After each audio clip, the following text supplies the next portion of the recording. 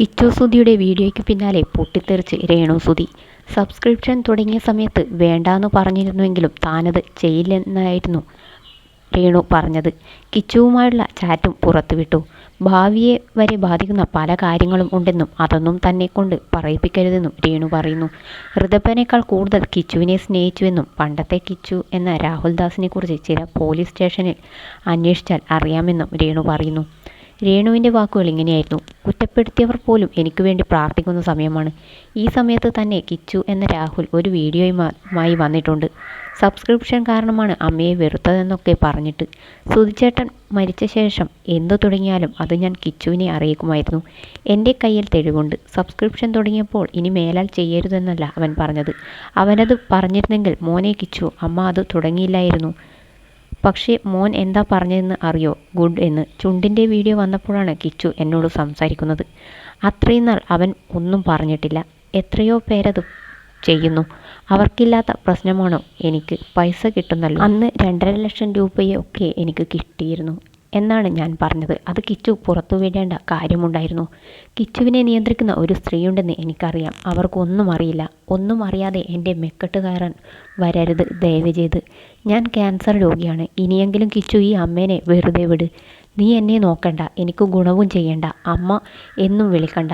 എന്നെ ദ്രോഹിക്കാതിരുന്നൂടെ ഇനിയെങ്കിലും?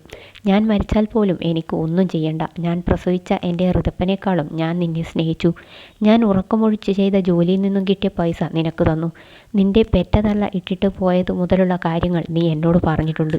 കൊല്ലത്തെ വീട്ടിൽ ചെറുപ്പത്തിൽ നീ അനുഭവിച്ച കാര്യങ്ങൾ നീ എന്നോട് പറഞ്ഞിട്ടുണ്ട്. അതൊന്നും ഞാൻ പറയുന്നില്ല. ഇനിയെങ്കിലും എന്നെ വെറുതെ വിട്. ക്യാൻസർ രോഗവുമായിട്ട് ഞാൻ മല്ലിടുകയാണ്. ഋതപ്പന് വേണ്ടിയിട്ട് എനിക്ക് ജീവിച്ചേ പറ്റത്തുള്ളൂ. എന്നെ വെറുതെ വിട് കിച്ചു. നമുക്ക് രണ്ടുപേർക്കും മാത്രം അറിയാവുന്ന കാര്യങ്ങളുണ്ട്. ഭാവിയെ വരെ ബാധിക്കുന്ന കാര്യങ്ങളുണ്ട്. അതെന്നെ കൊണ്ട് പറയിപ്പിക്കരുത്. എൻ്റെ കുഞ്ഞ് നിന്നെ ചേട്ടനായിട്ട് കണ്ടുപോയി. ഞാൻ സബ്സ്ക്രിപ്ഷൻ അല്ലേ തുടങ്ങിയിട്ടുള്ളൂ. 1 വർഷമല്ലേ ആയിട്ടുള്ളൂ സ്വന്തം കാലിൽ നിൽക്കാൻ നീ തുടങ്ങിയിട്ട്. അതിനു മുന്നേ ഒരു രാഹുൽ ദാസ് ഉണ്ടായിരുന്നു. ചില പോലീസ് സ്റ്റേഷനുകളിൽ രാഹുൽ ദാസിനെ കുറിച്ച് തിരക്കി നോക്ക്. എന്നെ ഇനി അമ്മയെന്ന് വിളിച്ചില്ലെങ്കിലും കുഴപ്പമില്ല. ഉപദ്രവിക്കരുത്. ഞാൻ നിന്നെ ഉപദ്രവിക്കാൻ വരുന്നില്ല. നിന്റെ കാല് പിടിച്ച് പറയുക, എന്നെ ഉപദ്രവിക്കരുത്. എനിക്ക് ഇതിൽ നിന്ന് എഴുന്നേറ്റ് വന്നേ പറ്റൂ. ഞാൻ നിനക്ക് പൈസ തന്നിട്ടേ ഉള്ളൂ, കണക്ക് പറയുന്നതല്ല. മോൻ്റെ പല ചാറ്റുകളും സംസാരങ്ങളും എല്ലാം എൻ്റെ കയ്യിലുണ്ട്. സുധിച്ചേട്ടൻ നിന്നെ എൻ്റെ കയ്യിൽ ഏൽപ്പിച്ചപ്പോൾ നിനക്ക് ആരുമില്ലായിരുന്നു. ആപത്ത് ഘട്ടത്തിൽ ആരും ഉണ്ടായിരുന്നില്ല. ഓരോ ആവശ്യത്തിനും പോലീസ് സ്റ്റേഷനിൽ കയറിയിറങ്ങിയത് ഞാനായിരുന്നു.